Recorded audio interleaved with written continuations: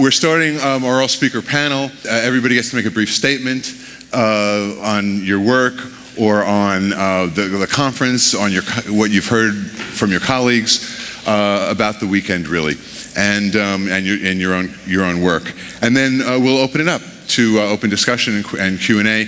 People will ask some questions for anybody and some questions for specific folks, so feel free to do that as well. So with that in mind, then, you told me don't start with you? Please start on the other end. Okay, well, Jesse Jarnow was our first speaker, really, so it makes sense for him to go first, so we'll go down this way if you don't mind. Hi, my name's Jesse Jarnow. I'm the author of a recent book called Heads, a biography of psychedelic America, and I guess my overwhelming interest is in kind of the continuity of what's sort of rudely called underground use over the last 50 years in this country. Hi, my name is Fred Tomaselli. I'm an artist, and I guess I'm very interested in perception and altered states and in art and the sociology that is around it.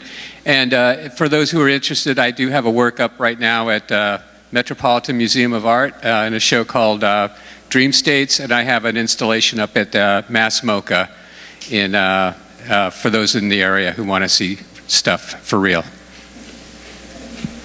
I'm Bob. You just heard what I care about. I'm Sarah. I'm a postdoc at NYU School of Medicine, and I'm interested in learning and memory, neuroplasticity, basic science involved in the therapeutic potential of psychedelic drugs. Hi everyone, I'm Samantha Padra-Barrick, and I'm a clinical research coordinator with the NYU team. So I'm involved in coordinating the psilocybin for alcohol dependence trial, and I'm also very interested in altered states of consciousness and the therapeutic potential of peak transcendent states. I'm Steve Ross. I'm an addiction psychiatrist, and I direct the NYU Psychedelic Research Group. I'm Rick Doblin from MAPS, and I was thinking lately that we have all sorts of new psychedelic research taking place with practically everything, but the one thing that's not happening is psychedelic research into psychic phenomena and ESP. And so last night between 3 and 4 in the morning, I talked to a potential donor who says he wants to fund research with psychedelics and ESP.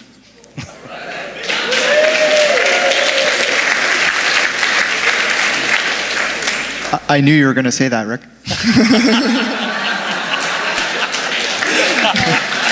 I'm Kenneth Tupper, adjunct professor in the School of Population and Public Health at the University of British Columbia, and I'm interested in both the therapeutic and cognitive enhancement potential of psychedelics and entheogens. I'm Jessica Nielsen. I'm a neuroscientist at UCSF, and I just kind of want to do a shameless plug of the survey. It would be nice to get more participation, so if you could go to the MAPS website, and if you have experience taking ayahuasca, I'd really appreciate your participation. My name is Beatriz Labate, or Bia Labate. I'm Brazilian. I live in Mexico, in Guadalajara, and I'm an anthropologist. I study traditional drug use and interface with contemporary urban uses. Roland Griffiths from Johns Hopkins. We do clinical research with psilocybin. I just want to say that this has been a marvelous get-together, and it's great for me as a laboratory guy who's going over spreadsheets and data and managing studies to pull out and see this large and very complicated picture in this growing community. Thank you.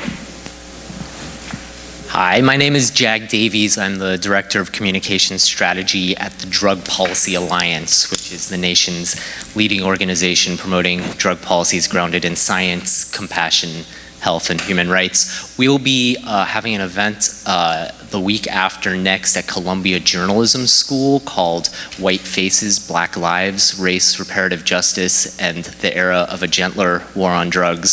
So check that out if you're interested. Yeah. Hi, I'm Natalie Ginsberg, and I work as the Policy and Advocacy Manager at MAPS. And I wanted to say that I've been really encouraged by how many of you have come up to speak to me about the role that psychedelics can potentially play in healing social injustice, something I care deeply about and I hope to continue talking to many of you about. My name is Alicia Danforth. I'm a I'm a psychologist and researcher. My current research is on MDMA-assisted therapy for social anxiety with autistic adults.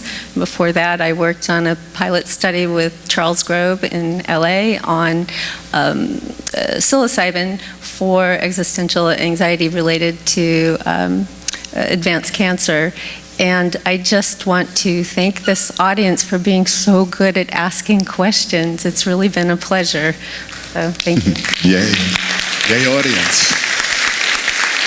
So before we get started with the questions, I just want to remind everybody, you know, like Jim Fadiman says, a question is an interrogative that ends with your voice going up.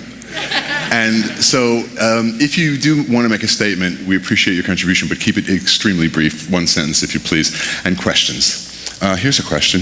Julie, stand up please and hold the mic high. Thank you, Dr. Goldsmith. Oh, you're welcome, Familiar with Dr. operating Holland. the microphone. Thanks everybody for great presentations. A couple things kept coming up today that I thought were intriguing, and we don't always talk about this amongst us. It's this idea of keeping it secret, that there's something about a religious ritual. You don't have to tell everybody your business. And Bob, you talked about the 12-step groups being about attraction more than promotion. And I wanted to maybe ask several of you, and also Ellen Sparrow, how do you, okay, given that maybe we do want things to be a little underground, a little secret, and not so promotional, how do we navigate psychedelics being so much more a part of scripted television and feature films and documentaries? And I was particularly interested because, Bia, you sort of brought up this, maybe we should keep it a little secret, and you're partnering with a documentary who's, and I was also wondering, was this, Ellen, was this going to be episodic, like you were going to do perhaps more than one? So I just, not to put you guys on the spot, but. Spot. I was hiding, keeping it secret for a change. Okay, yeah, I'll stand up.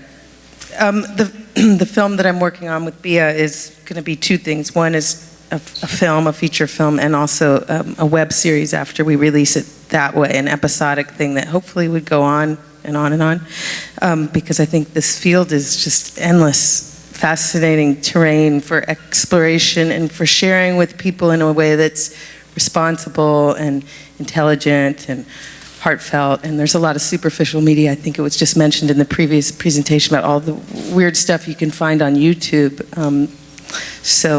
But this is a dilemma and also an interesting friction, that a creative friction that we have in making this project is how deep she's going to go in her own personal story. And of course I'm pushing for deeper and she's resisting, and that's kind of a cool dynamic. And you know, I'm used to this. So the longer we work on it, the more you're going to see me win this little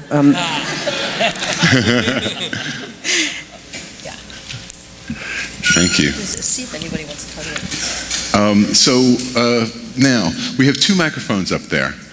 You should have two. One was off the podium and one's in your hand. And so you got to get fast at passing back and forth if you don't mind, because we're here in the audience with the other microphones. Anybody have a comment or contribute? Bia, of course. Well, what I wanted to point out about integration is, I think that, you know, it's part of our reflections as scholars to be critical, and I think that some things are just becoming a cliche. And my comment was to provoke some thought on that idea, that integration. I think my whole take is, why don't we try to look at what these people are doing traditionally and learn from that authority? And I think that sometimes this is taken for granted and we just like automatically jump in. You know, these things are integrated in their societies and we don't have integration, therefore we have to create integration. But I think we can look at what they are doing and learn from those ways, still in this, you know, with this authority, but there are things that are useful for us. And the other thing is, I think it's the emergence of this kind of mishmash that, what is therapy? Because if you take ayahuasca and then after that, for me it's a kind of torture also because of language issues, because if I go in some other language and then after ayahuasca everybody's sitting on a circle saying what they experienced, and people go into a great level of detail. I just feel like saying, somebody that didn't feel awe, compassion, and gratitude has something to share, because people, repeat a lot of the same things. So is this therapy, like having everybody a verborrage of things, repeating sort of common things that are hard to express because of language, talking after a session? Is this really therapy? Sharing is therapy? What is therapy? And what is integration? And I just want us to think more, critically about, and this think about, of course it's a paradox, if we are all promoting ayahuasca and psychedelics by doing our work, like we are in a way, if we want this to be secret, perhaps we should vanish and not do what we do, because our work inherently is part of this expansion. And I think this is a great paradox. And about sharing my personal story, that's a conflict, because Ellen wants me to say, I had this, I had this and I saw that. I don't want to say that, because that's mine. I don't want to say that on the camera. Everybody's like claiming that psychedelics is going to change the world, save the Amazon, save our species, transform consciousness, make us a better, community and humanity. And I am this cynical person that I don't really think that's really true. I can't state that it has helped me. I better say that I think I would be worse without it. That's how I put it. But I think that for me, it's about human rights. It's about not criminalizing. It's about our right to have sovereignty over our bodies. I prefer this kind of political human right.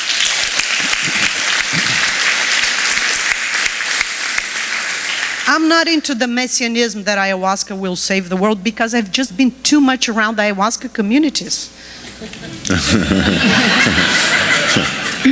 Other comments? Yeah, so I think to kind of expand on what Bia was saying, something that we might think about is maybe redefining what integration is. So integration doesn't necessarily have to be an outward conversation with somebody else. There's a lot of room for personal, private integration. And so perhaps there might be ways to sort of redefine what that means and make it a little bit more of a personalized thing, because I think one of the beautiful things about psychedelics and their therapeutic potential is that they seem to be highly personalized in their effects. And so I think kind of trying to force them all into this one model is perhaps doing them a disservice, and it is necessary to sort of do that for the point of science. But nonetheless, I think that there are other ways of integrating to be explored that that might suit each individual more personally. I'd like to share a view of integration as a lifelong process. Could be entheogenically informed or not. It'll take a little work on your part. The invitation is to read the autobiography of Benjamin Franklin.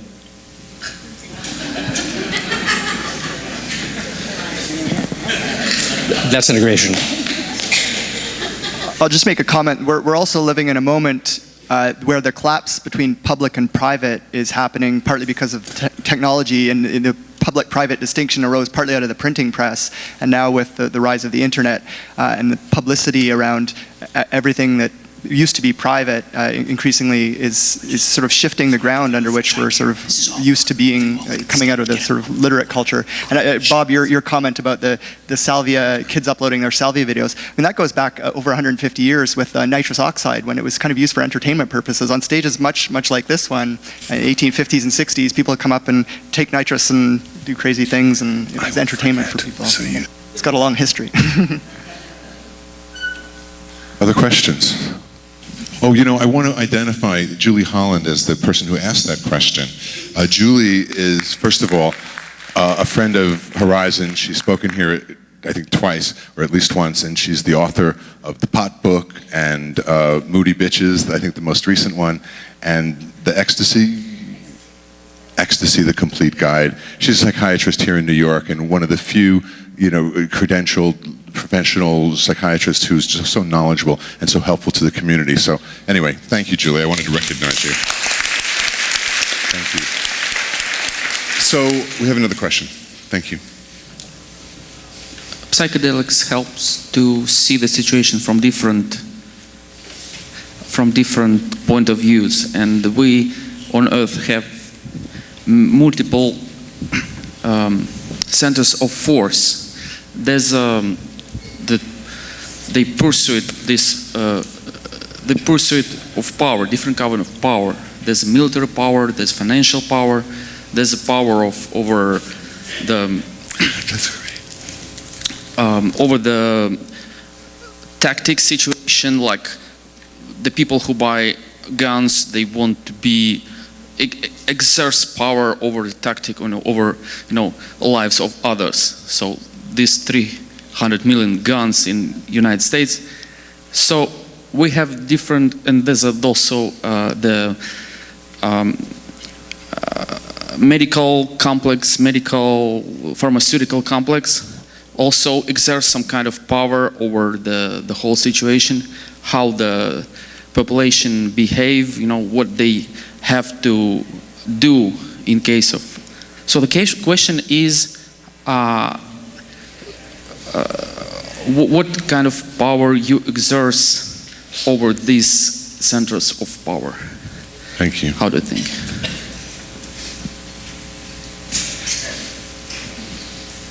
Did you all hear the question? The last one. Did you hear the question? Can you repeat a little bit? We get a lot of echo up here. So What's the place of this community in this world? In general, with the different powers over the progress, over the future. What exactly do you mean by? Are you saying powers? Yep.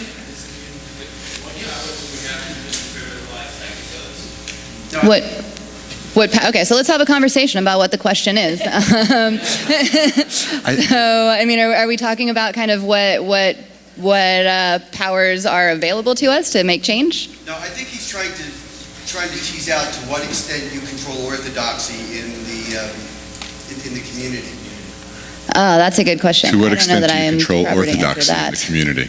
I think, in all honesty, I think everyone up here has a lot of different specialties, and everything that we all do is interrelated and dependent on each other. So I do think each one of us in our respective fields has kind of a unique power, if you will, over influencing each other in the directions that we take. And so that's I'll add something too, and this is kind of going off of something that came up in Ken's talk when someone asked about these substances being tools versus teachers. And I think if we talk about the concept of power, this is actually a tool to empower individuals. And I think when we think about them as teachers, that is less empowering to an individual because it almost externalizes the potential that an individual has to develop or transcend or do whatever the person needs to do to be in their power. So I think it is an empowerment tool that comes through community, but is also you might even say facilitator rather than tool, because it facilitates something inside you that's already there, rather than using a tool to create something. It's even more internal, if like that. It's so much the healing process from inside us rather than anything outside. So many people try to meditate or do psychedelics or whatever it is to create their change, and until they realize that's not where it comes from, they don't really create their change. Other comments? Bia, you had a comment, yes? No? Other comments? Other questions? There's a question way in the back. An eager question. Hi. In the last 2 years of my life, I found two things that really changed my outlook on the world, and that was activism and psychedelics. And I've been thinking a lot about the intersections of these, and I was wondering if anyone else had thought about it. Yes, the answer is yes. Well, I think a lot about power and about activism and about psychedelics, and I think that and I think we have an awful lot of power that we don't always recognize. And we have connections. We are incredibly well connected to the centers of power. And we've been able to mobilize senators, multiple senators and members of Congress to end the monopoly on the production of marijuana that's been in existence since 1968.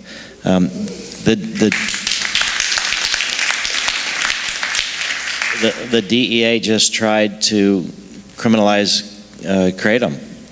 And the community mobilized. There was 135,000 critical comments that were submitted. There was multiple letters from members of Congress, and they had to postpone the criminalization.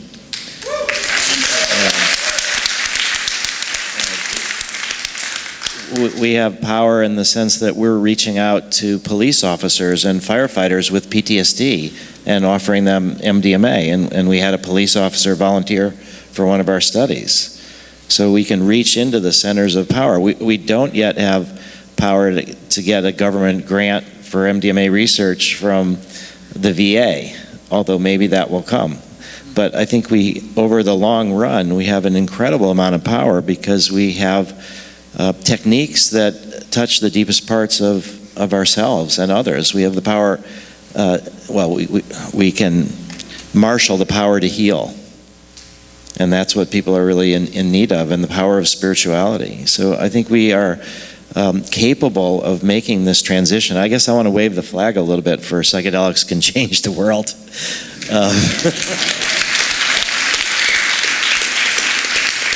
Yeah, I mean, I don't know if it will, but I think that it can. And I don't know what else will instead.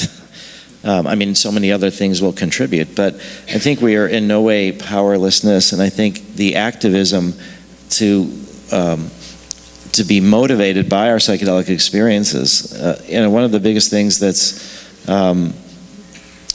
clear to me, at least, is this whole fear about the refugee, fear about the others. And I'm just so reminded of World War II when Jews were trying to escape from Europe on boats, and they wouldn't be let in to countries and they had to go back. And that same is happening again. So, do we have the power to address the fears and anxieties in our culture that are producing these kind of reactionary approaches? So far, not yet, but we'll see, in the months to come after the election, maybe changes can happen. So I think if we're patient and think long term, we have incredible power, but it's only if we get activated, and it's only if we try to reach out, not just to those of us who are in agreement, but to those that are in disagreement or skeptical. And that's really where our power will come from the most, by reaching out to where those pockets of fear and anxiety are and try to address them in whatever ways we can.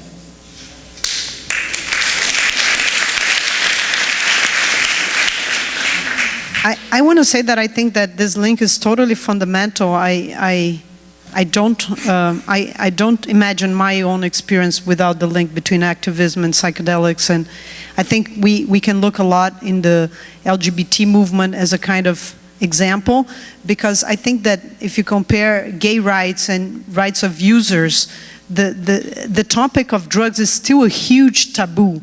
I mean, you can go to the basement of Holiday Inn and have a whole convention on sadomasochist rights and, teaching people how to whip each other and do all kinds of things. And when it comes to drugs, it's a kind of childish topic that people are laughing, like if you were talking about poo when you're kids. It's very childish. The level of the public discussion is very superficial, and it's like you're talking about something between funny and kind of exotic. So I think it's our obligation to advance this.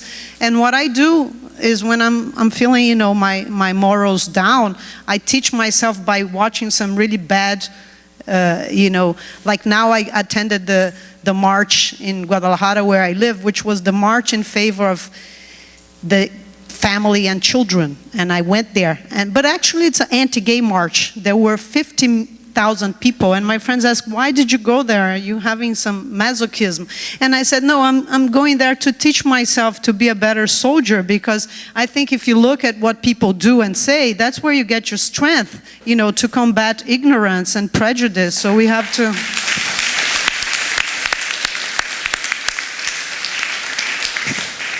Thank you.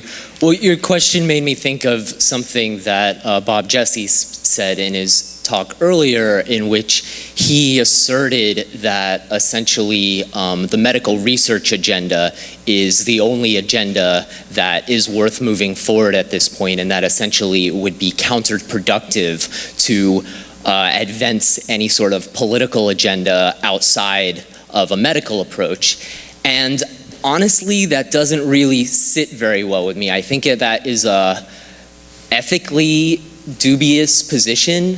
And I also think it's just politically wrong as an analysis. Change doesn't happen in a linear fashion. Change happens because lots of forces are coming at a problem from lots of different angles. And if you look at, for example, with marijuana research, it's only been once there's been a very strong political movement that marijuana research has started to open up now. And I think it's also disservice to present a caricature of legalization that relies on, patent medicines. We have decades of really excellent public health research to go on to know about what works about regulating drugs and not regulating drugs. Tobacco, for example, the most addictive substance there is, use has been cut in half over the past 2 decades. And this is perhaps the greatest public health success of our country, and they were able to reduce use of the most harmful, addictive substance there may be without arresting or criminalizing anyone. And so I think it's important for us to remember that political reform and policy reform is not always linear, and that, of course, none of us want to see psychedelics get subjected to absolute free market capitalism, but that is part of our fight. That is going to be our fight in our lifetimes, is not just, whether these things become accessible potentially, but how they become accessible and who benefits from that.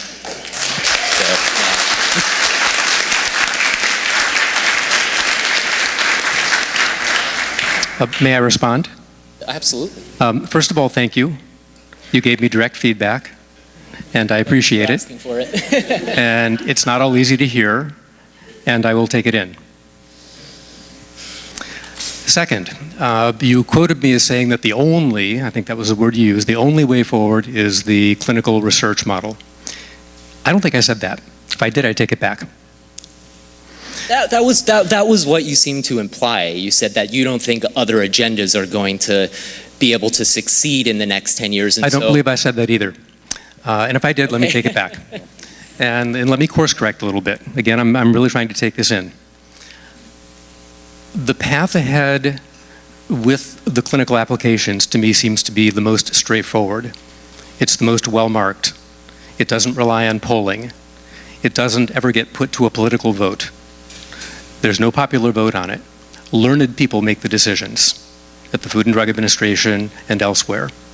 So it's an administrative process, and it's pretty straightforward. MAPS and Hefter and USONA seem to be very well equipped to do that. I hope I did not say that work on the other fronts is a wrong thing to do. What I hope I said, and think I did sort of, is that I hope that those other efforts don't create turbulence that would slow down what appears to me to be the most straightforward track. So that's not saying don't do those other things. It's just saying, my opinion, which I own, I hope it doesn't delay or mess up what seems to be the fast track. And I'm all for cultural education. I'm all for Bia's notion that talking about drugs generates giggles, the way sexual matters did not many decades ago. I'm all for changing the agenda, and there are more skillful ways of doing it and less skillful ways of doing it. And I would just ask that everyone spend a little extra time thinking about the possible unwanted consequences of any kind of activism you engage in. And again, thank you for the very direct feedback. I want to follow up quickly on one thing that you said, and this is not meant to be kind of argumentative or anything like that, but I just kind of want to just put out there that yes, we are very fortunate to have these funders, to have Hefter and MAPS and USONA, and they are doing a lot of work for us in the research world and allowing us to do any of these studies. But I mean, one thing that I want to make kind of clear to anyone out there that's not super familiar with the kind of process of science is that don't get me wrong, these results are impressive. They're beautiful. We're very fortunate to be able to do these studies, but quite frankly, in the scope of science that is done, we are peanuts. The amount of science that is actually done out there and the amount of clinical trials and developments that are made, this is so small. I mean, really, like, you're looking at the field. And and that is not to sound exclusionary or anything. We would love for everyone to come join us. But really, please don't think that that the clinical research route is as nice as it kind of sounds. We do absolutely need more support. And although these kind of clinical decisions, the private funding doesn't come down to a kind of polling vote, that sort of thing, but politics absolutely has everything to do with what studies we are allowed to do and what studies we have money to do. And while this is all very promising, don't get me wrong, we have a long way to go to catch up to the rest of science. You know, something I'd like to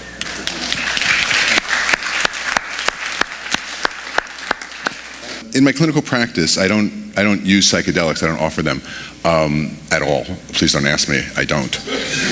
People ask me all the time, of course. But I love getting people in my practice who are actively taking psychedelics. And what I say to them is, I can't recommend it. I can't collude with you to break the law or anything like that. But if you're going to take psychedelics anyway, try to set it up so that you make an appointment with me the next day. You know, and it more open. They're just opened up. So. And this has to do with activism in a way, a deeper sort of sense. So I had somebody come in who had taken MDMA the prior day and came in and had seen God, had a wonderful experience, true bliss, total God, saw God, forgave his father, you know, the whole 9 yards, really. And he came in that day and told me about it, and we discussed it, and, you know, tried to think about integration, I guess, and that kind of thing worries me a little bit because it's so extreme. How do you really integrate it? And of course, the following week when he came in, he was the opposite. He was completely dissociated. He was anxious and very, very tense, and literally dissociated from his body. He was not in his body because he couldn't handle what he was feeling. And what he was feeling was the difference between the bliss of that experience, the perfection of seeing God, and then 1 week later, over the course of the week, going back to work, having the angry boss or the surly kids or the dirty streets, and thinking about the contrast between those two extremes, the perfect bliss and the dirty world, it's insurmountable. So what do? You dissociate. You try to suppress it and you feel very anxious. So as we talked it through, and the person actually who he'd worked with, the concept of the bodhisattva became the most useful tool. And this is what I mean by activism. Coming back into the world. Once you've seen bliss, don't expect the world to be blissful. The world is dirty. Well, put your shoulders to the wheel with your fellow seekers and try to teach others. The bodhisattva comes back to teach others. And so in Buddhism, it's, you know, no one is enlightened until every sentient being is enlightened. And so that sort of activism, getting back involved in life, and being a bodhisattva, an activist, you know, help this individual, and I hope it helps you. Are there any other questions? Thank you. Thank you all for wonderful talks. Very informative, and also great questions from the audience. I have a question.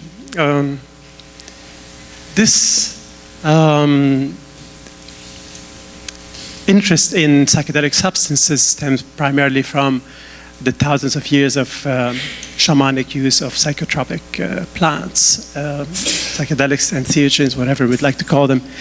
And we know they're essential, and we know that most of shamanism is primarily two things: use of psychotropic plants and sound or music. There has not been enough of questions asked about the role of music or sound in this scientific approach. We still use the model from the 60s, giving someone headphones, lie on the couch, and then journey. Why is there such shyness from investigating sound and music?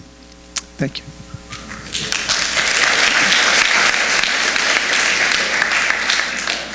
So, as you say, at Johns Hopkins and many of these other research centers, we've adopted the paradigm from the 60s.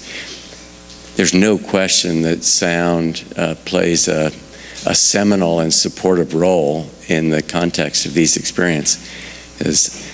What I would say is it's just a matter of complexity. To do the research, there's so many things that we need to explore within the confines of these paradigms that have been developed, and the music and the sound is one of many, many variables. And the way science works, of course, is that you can only manipulate one thing at a time. And these studies are very expensive.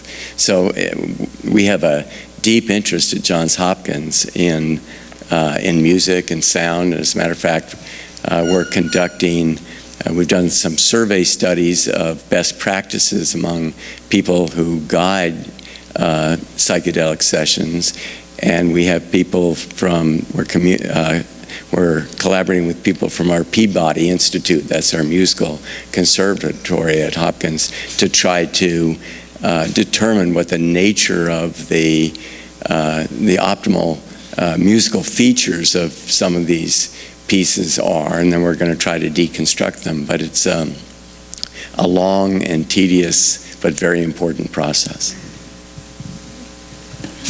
I'd like to refer you to the work of Mendel Kalin. He's in Robert Carhart Harris's lab in Imperial College London. This is an area of particular interest for him, and he's been doing some work related to some of the studies they're doing there with neuroimaging and looking very closely at the use of music from a scholarly perspective. So.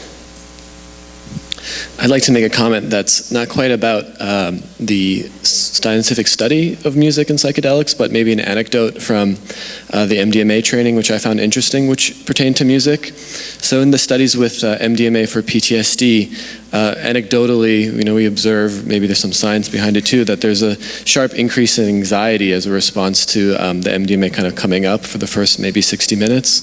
And in the therapy, often soothing music is used the idea is that the anxiety maybe at that point in the dosing session, it might not be that useful. And then later on, the music changes and it has maybe a more tempo or more sort of activity to it. And the idea is that if anxiety comes up in relation to the music or onto its own, that's not meant to be avoided necessarily, but maybe to be felt into.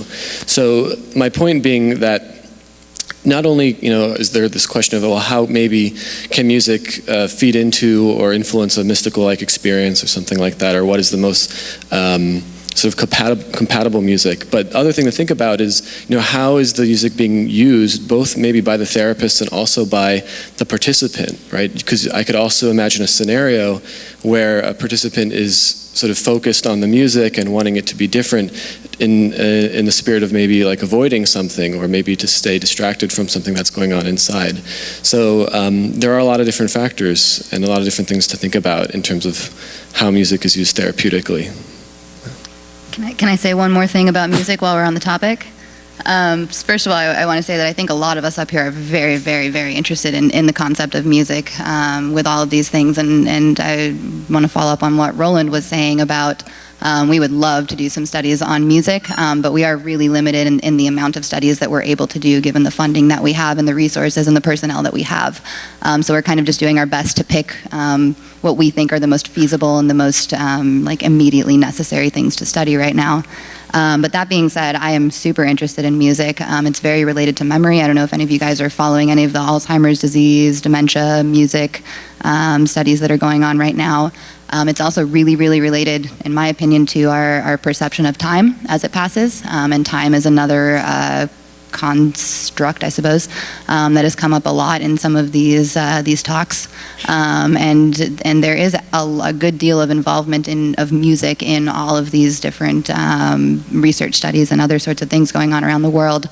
And if anyone out there is interested in collaborating on a music study, we need the resources, but we would love to do it.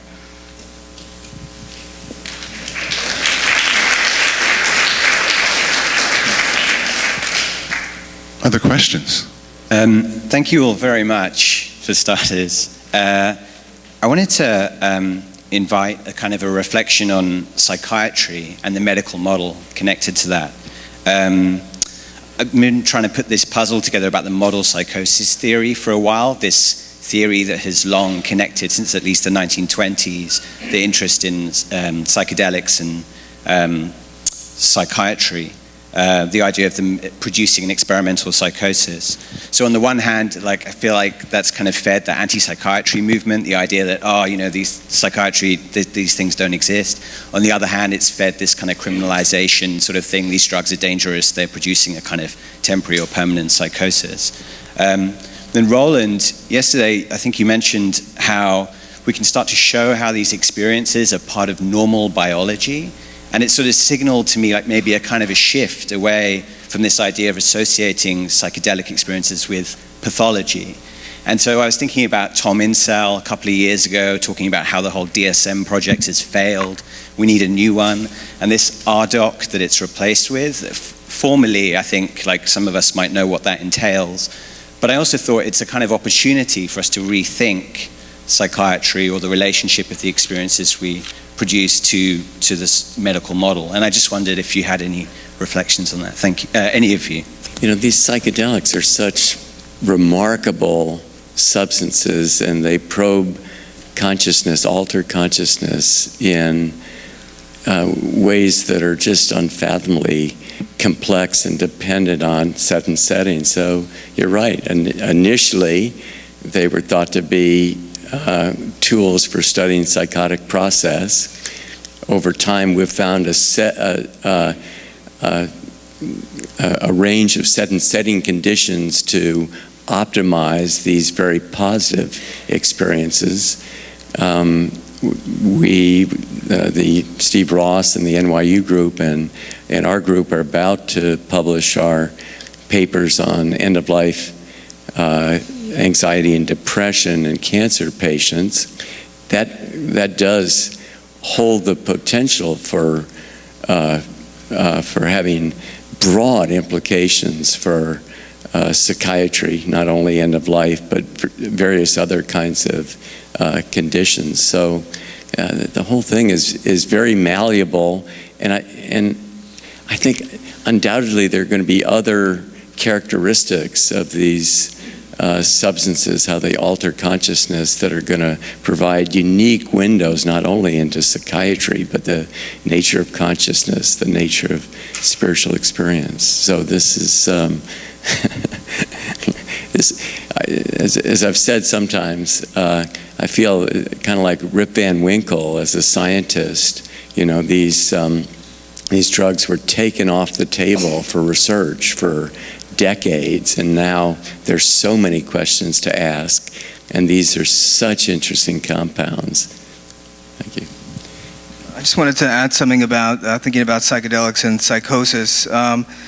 Psychedelics can create psychotic-like states, there's no doubt about that. In fact, the drug models that have been used to understand psychosis, the first was mescaline in the 20s. It was the first to be described as a drug type of psychosis model. But then there was amphetamines, which led to the discovery of the first typical antipsychotics that block the D2 receptor. Then in the 90s, you had the NMDA antagonists like ketamine, PCP, that was actually the best drug model of psychosis, reproduces all the symptom clusters. And then recently, the last decade or so, you've had the cannabinoids contributing to understanding the etiology of psychosis. So it's interesting, all these different drugs can mimic some of the effects of psychosis. I work at Bellevue Hospital, so we see psychosis all the time. In fact, I first learned about psychedelics before I knew that they were anything in treating psychotic patients. The mind of the psychotic patient is altered in a way that's horrible, and you're trying to diminish their consciousness. And so psychedelics are definitely not for everyone. They are not for patients that have psychotic spectrum illness. They can worsen it. That's why we try so hard to rule out those type of patients and to be careful not to occasion psychosis in someone who's vulnerable, or to certainly make it worse in someone who's predisposed. And the last thing I'll say to that, there's a nomenclature problem we have in psychiatry. There's no such thing as therapeutic psychosis. Once you have an altered state, you give someone psilocybin and they have an altered state, and you put them in a psych ER, they would say, oh, you're psychotic. We don't have any way to understand therapeutic psychosis. I think therapeutic mysticism is as close as we can get, but psychedelics cause us to rethink these types of altered states and how we as a culture and psychiatry as a profession define them as pathological or potentially therapeutic. So I think it's an interesting and complicated thing to consider. I want to thank you all. How many people here would like to stay for another hour and do more of this? I certainly would.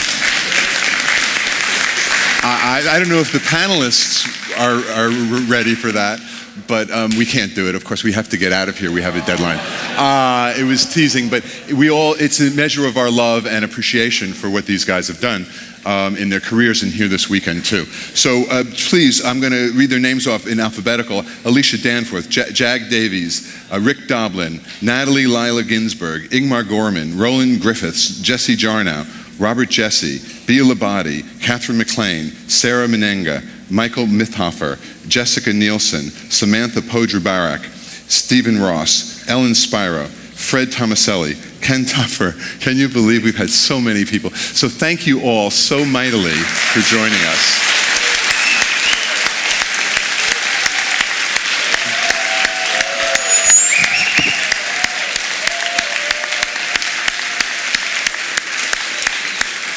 It wasn't started with a 10th year plan. One more photograph. It wasn't started with a grand ambition. It was just an idea that there ought to be this thing that didn't exist. And if you dream of something and you think the world ought to have it and it's not out there yet, you should go out, get the ball rolling and create it, because you never know where it's going to lead. And finally, that this conference is really about people. The information that's presented is wonderful, but the most important thing, and the reason that everyone really comes to this, is to be in a physical room full of people who believe in the same things. So thank you all for coming. There's no conference without an audience.